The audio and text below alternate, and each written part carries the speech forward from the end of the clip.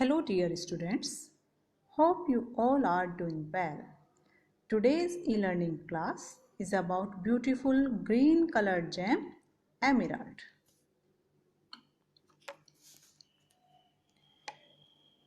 Emerald को साधारण बोलचाल की हिंदी भाषा में पन्ना के नाम से जाना जाता है और नवग्रहों में इसका संबंध बुध यानी मरकरी प्लेनेट से है। इसलिए ज्योतिष शास्त्र के अनुसार बुध ग्रह को प्रसन्न करने के लिए इसका धारण कराते हैं। पन्ना हरे रंग का ट्रांसपेरेंट, चमकदार और षटकोणीय स्फटिक रूप होता है। षटकोणीय स्फटिक क्रिस्टल सिस्टम इज हेक्सागोनल। इसका chemical formula BeO3 Al2O3 6SiO2 है। इसको Be3 Al2 SiO2 का होल 6 भी लिखा जाता है। तो बेरिलियम, एल्यूमिनियम, ऑक्सीजन और सिलिकॉन ये 4 मेजर एलिमेंट है।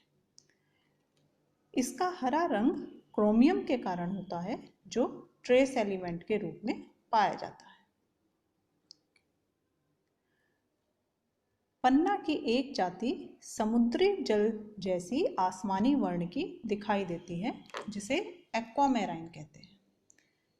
तो पन्ना की कलर रेंज किस तरह से वेरी करती है? Bluish green, green, yellowish green, even white variety या ट्रांसपेरेंट वैरायटी भी मिलती है। ब्लूइश ग्रीन और येलोइश ग्रीन शेड्स आयरन की डिफरेंट ऑक्सीडेशन स्टेट्स के कारण होते हैं। आयरन भी इसमें ट्रेस एलिमेंट के रूप में मिलता है। पन्ना की हार्डनेस मोहज स्केल पर 7 से 8 है, अतः ये भी कठोर रत्नों की श्रेणी में आता है। सिनोनियम्स। पन्ना के कुछ सिनोनियम्स इसके हरे रंग के कारण दिए गए हैं, जैसे हरित रत्न, हरिणमणि, हरिताश्म। कुछ सिनोनियम इसके मरकरी प्लेनेट बुध ग्रह से संबंध के कारण दिए गए हैं, जैसे रोहिणीय और बुध रत्न। अश्मगर्भज सिनोनियम इसके चट्टानों से प्राप्त होने तथा प्रकृति में कठोर होने के कारण दिया गया है। पन्ना के बहुत से पर्याय गरुड़ के लिए प्रयुक्त होने वाले पर्याय हैं, जैसे गारुत्मत, मरकत, तार्क्ष्य, सुपर्ण।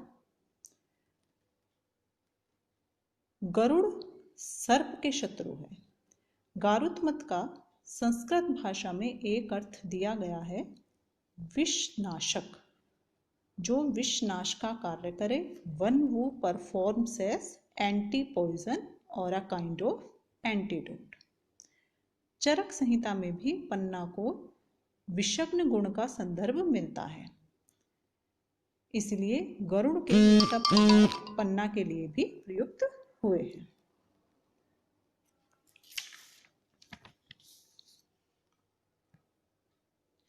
हिस्ट्री।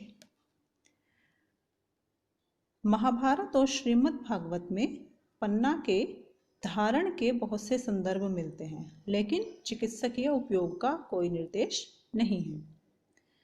आचार्य चरक ने भी पन्ना के विषग्न गुण का वर्णन किया है। ऐसा कहा गया है कि पन्ना को धारण करने मात्र से ही विष का नाश होता है, लेकिन पन्ना का जो डिटेल डिस्क्रिप्शन है वो हमें रस ग्रंथों में ही उपलब्ध होता है। अवेलेबिलिटी।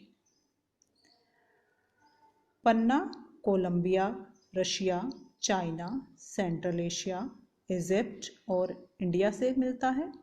इंडिया में ये कश्मीर, पंजाब, राजस्थान, मध्य प्रदेश, बिहार, मैसूर और कोयम्बटूर से स्मॉल क्वांटिटी में प्राप्त होता है।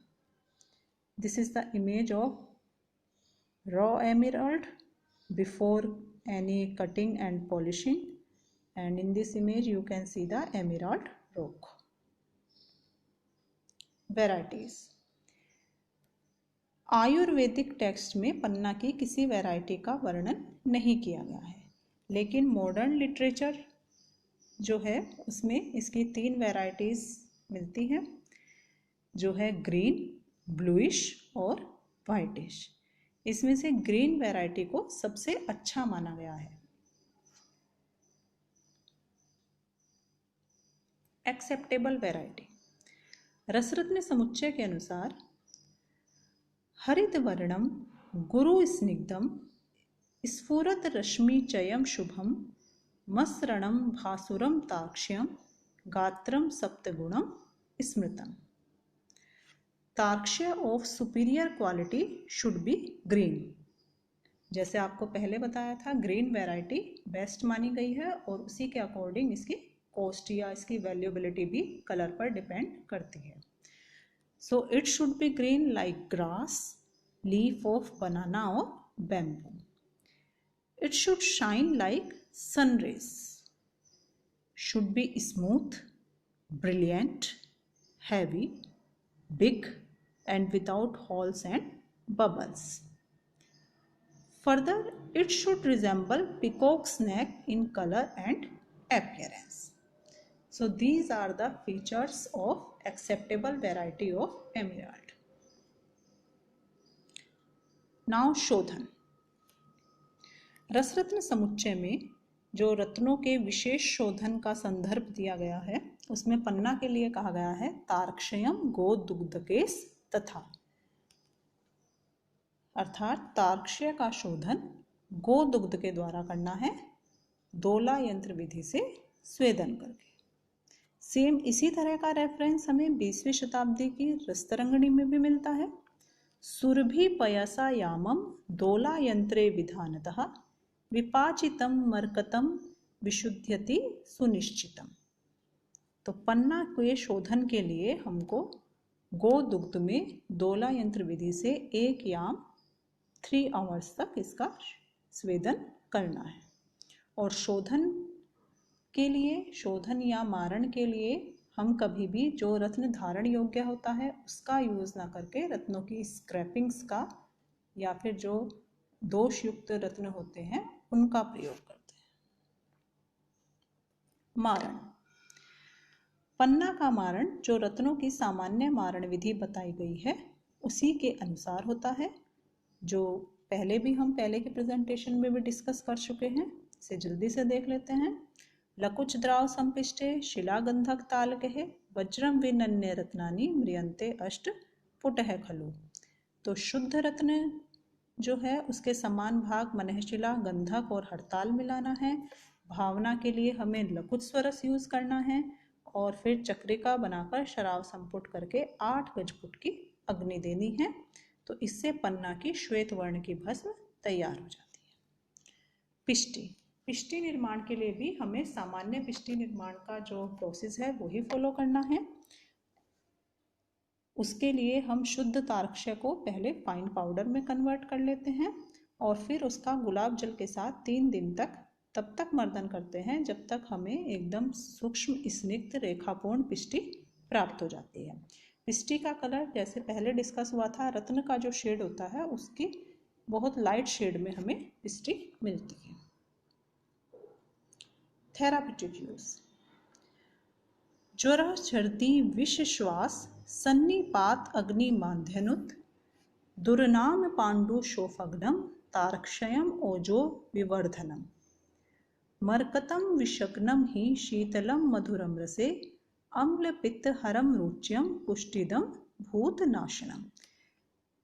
इस श्लोक में ये लाइन आपकी इम्पोर्टेंट है, तार्क्ष्यम ओजो विवर्धनम। मेनली ये देकर बीच में ये डैश देकर पूछ लिया जाता है कि ओजो विवर्धक किस रत्न के लिए या किसके लिए कहा गया है।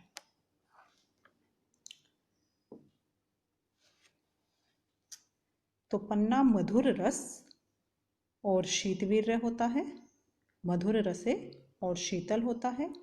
दूसरी इसमें इम्पोर्टेंट चीज है विषग्नम। ये आपको जरूर याद रखना है कि पन्ना का विषग्न गुण है।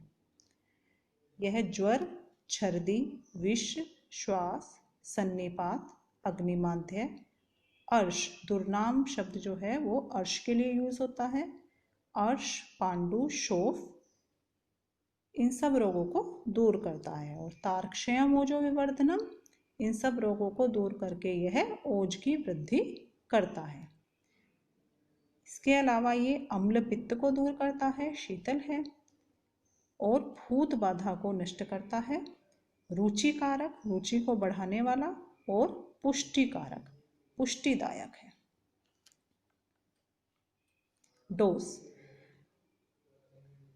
तार्क्ष्य भस्म या पिष्टि को हम 1/4 रत्ती से 1 रत्ती की मात्रा में प्रयोग करते हैं।